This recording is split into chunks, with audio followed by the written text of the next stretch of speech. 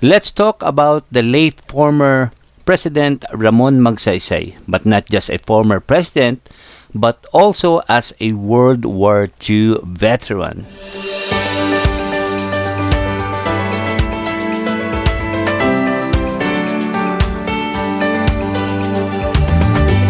It's time for the Parkland Filipino Hour with your host, Kuya Gilbert Del Rosario.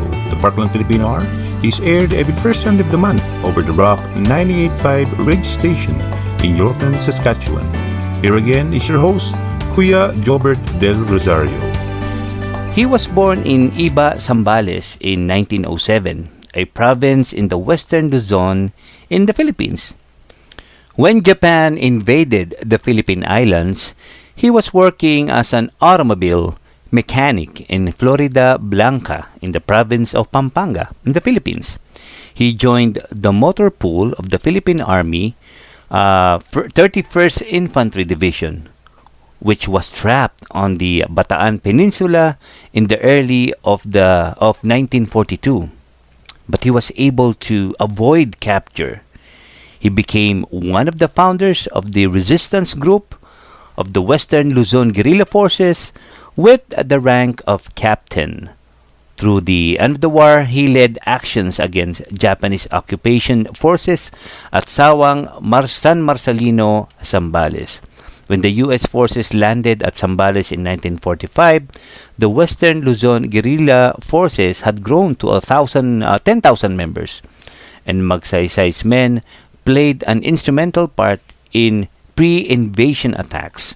After the war, he was elected to the Philippine House of Representatives, which began his political career. In 1948, President Manuel Rojas dispatched Magsaysay to the United States as the chairman of the Committee on Guerrilla Affairs. In 1949, he was re-elected, and then in September 1950, after offering guerrilla strategies to President Elpidio Quirino, who was fighting communist Hukbalahap guerrillas at the time, Quirino made Magsaysay the Secretary of National Defense.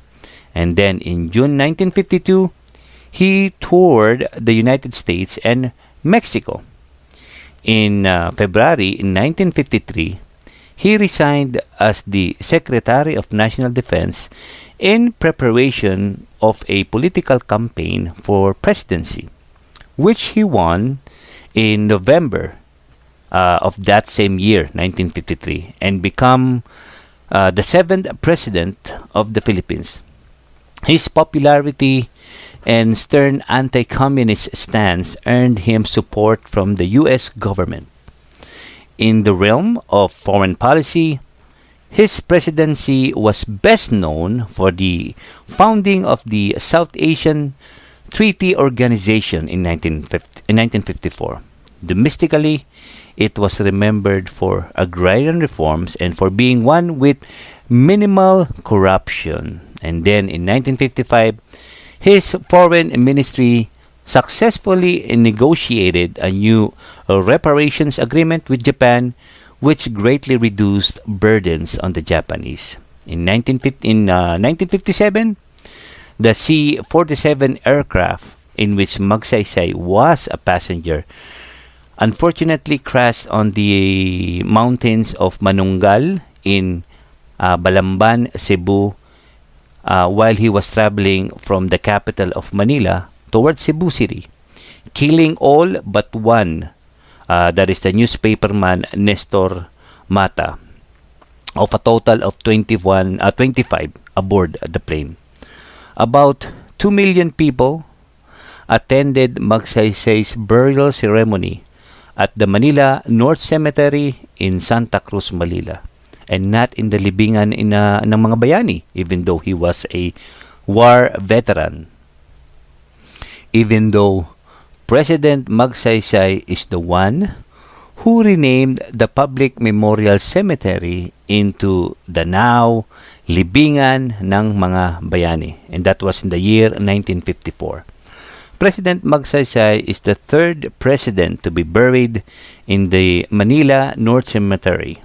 Other former presidents include Sergio Osmeña and Manuel Rojas.